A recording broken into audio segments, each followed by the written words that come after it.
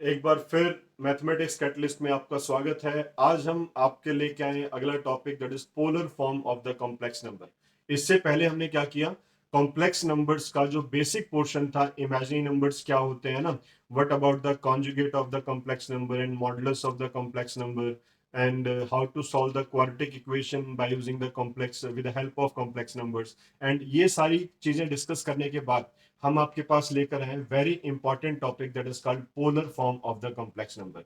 This polar form is also called the geometrical form of the complex number, right? Because it is concerned with the geometry. And second is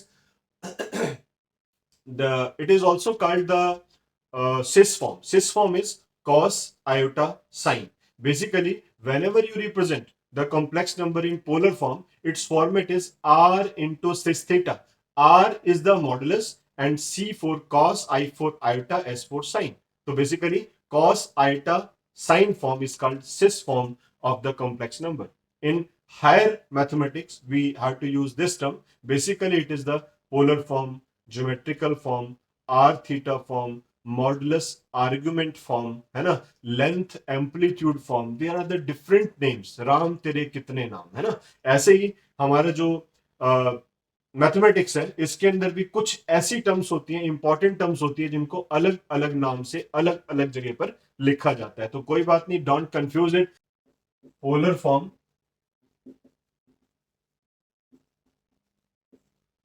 geometrical form, right.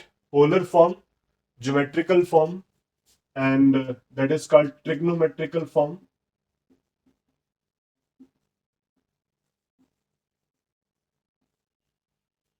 Polar form, geometrical form, trigonometrical form, r theta form, right? Modulus argument form, length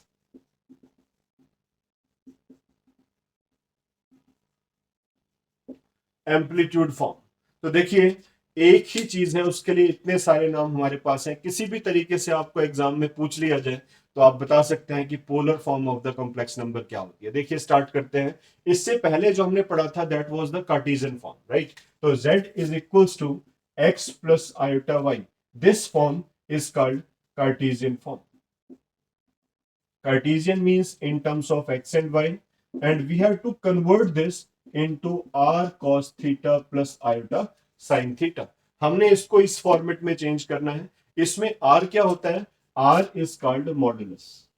You can say it is the length of the complex number, and theta क्या होता है? हमारा argument. तो basically किसी भी complex number को जब इस फॉर्म में चेंज करते हैं तो हमें दो चीजों की रिक्वायरमेंट होती है, एक आर की और एक थीटा की। अगर आपके पास आर और थीटा ये दोनों अवेलेबल हैं तो हम इस फॉर्म तक पहुंच सकते हैं। ठीक है, तो देखते हैं हम किस तरीके से इस फॉर्म तक पहुंचते हैं। पहले मैं आपको इसका ज्योमेट्रिकल एविडेंस देता हूं।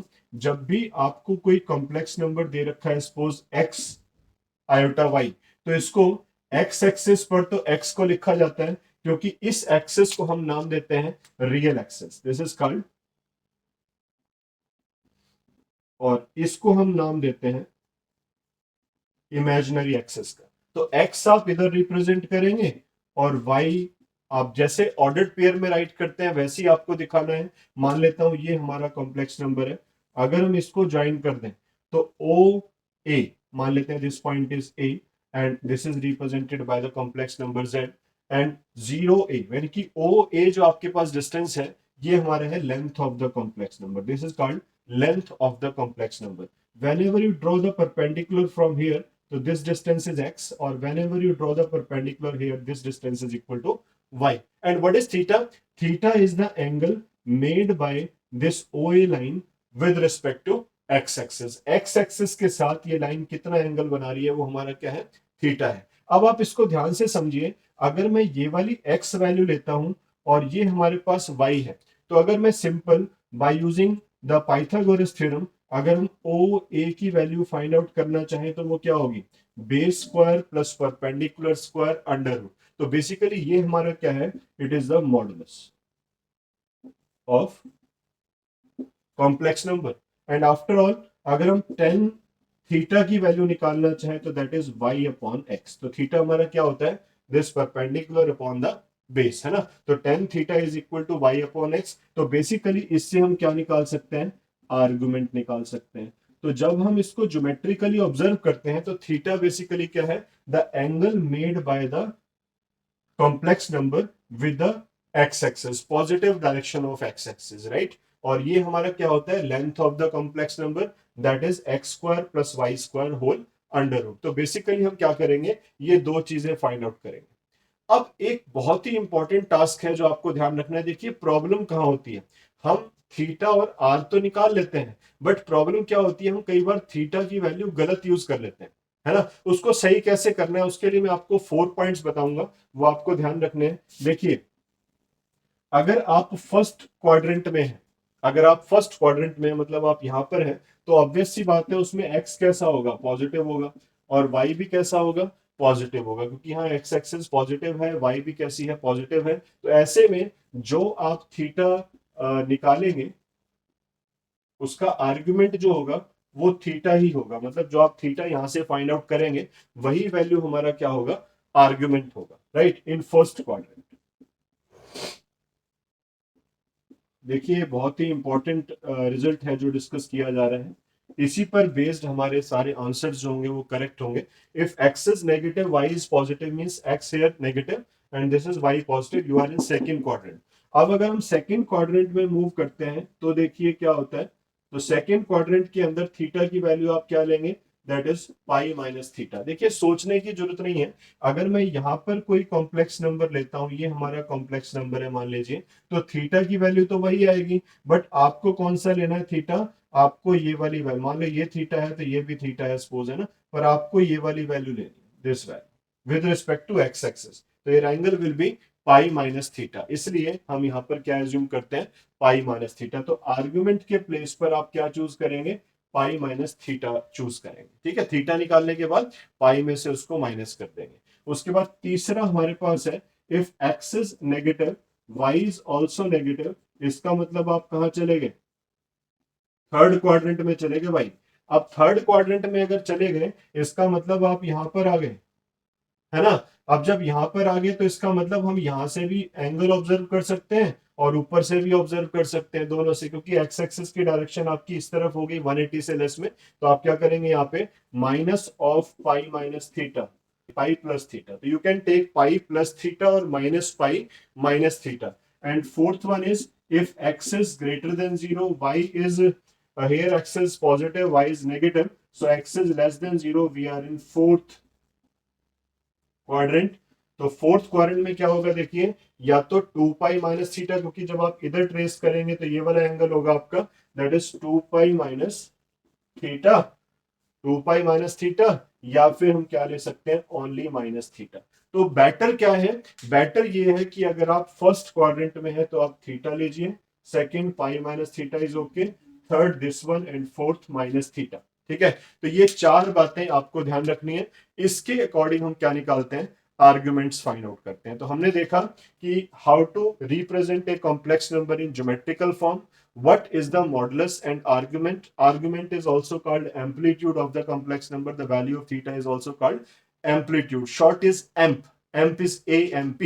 अगर मैं कहीं लिखता हूं what is amp of z, इसका मतलब you have to find the amplitude of the complex number।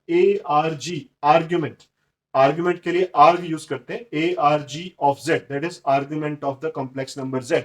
अगर कहीं लिखा होता है तो हम इस तरीके से लिखेंगे, मैं एक बार फिर भी आपको बता देता हूं, आर्ग्यूमेंट ऑफ जेड, राइट। तो this is the argument of Z. तो basically we are talking about theta. अगर कहीं पर लिखा है A M P of Z, तो इसका मतलब इसकी बात भी क्या है, इसको हम बोलते हैं एम्पलीट्यूड, है ना, एम्पलीट्यूड ऑफ जेड। तो इस तरीके से इन टर्म्स को डिनोट किया जाता है। अब हम देखते हैं एक एग्जांपल के तहत किस तरीके से हम थीटा और आर की वैल्यू इवेल्युएट कर सकते हैं, right. Yes, suppose we have a complex number √3 minus 8. This is the Cartesian form of the complex number, and we have to convert into polar form or geometrical form of the complex number. What will you do? Here the value of x is √3 and value of y is -1. Just we have to take the real number and imaginary part of the complex number. Iota नहीं लेना, iota के साथ जो number है चाहे negative हो और positive हो आपको वो लेना है, that is -1. And then find what is the value of r. R is x square plus y square under root, that is √3 whole square 1 square under root, that gives this, that is 2, that is r. And next is theta. What is the value of theta? Tan theta is equals to y upon x within mod, y upon x within mod, that is -1 upon √3 modulus, that is 1 by √3. Tan theta is 1 by √3. This indicates the value of theta is pi upon 6, 30 degree है ना. Theta की value क्या होगी आपकी 30 degree.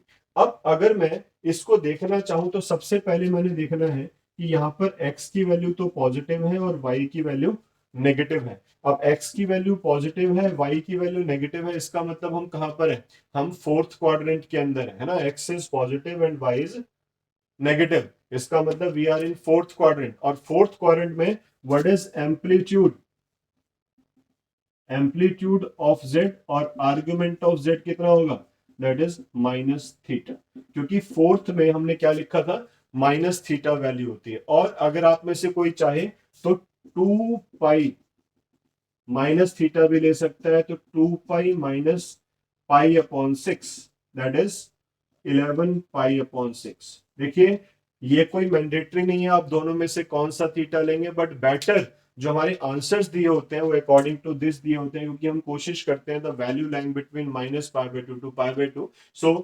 -π/6 is your correct value. तो देखिए z is r cos theta plus iota sine theta.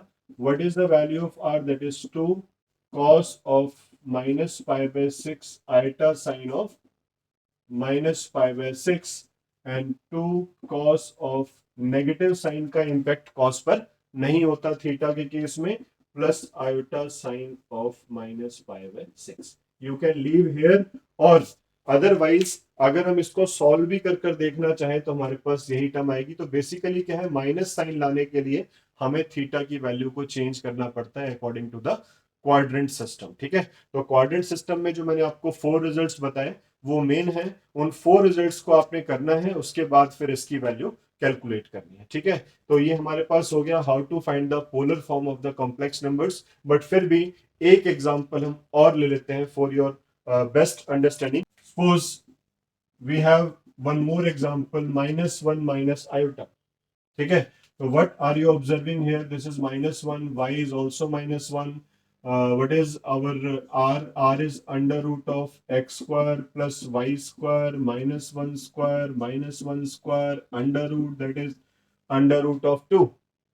After that, tan theta is equals to -y upon x minus 1 upon -1, that is -1 modulus, that is 1. And theta is equals to pi upon 4. But amplitude of z, what is the amplitude of z? Yes, amplitude of z. देखिए इसमें x और y दोनों कैसे हैं, negative हैं, है ना. x and y both are negative.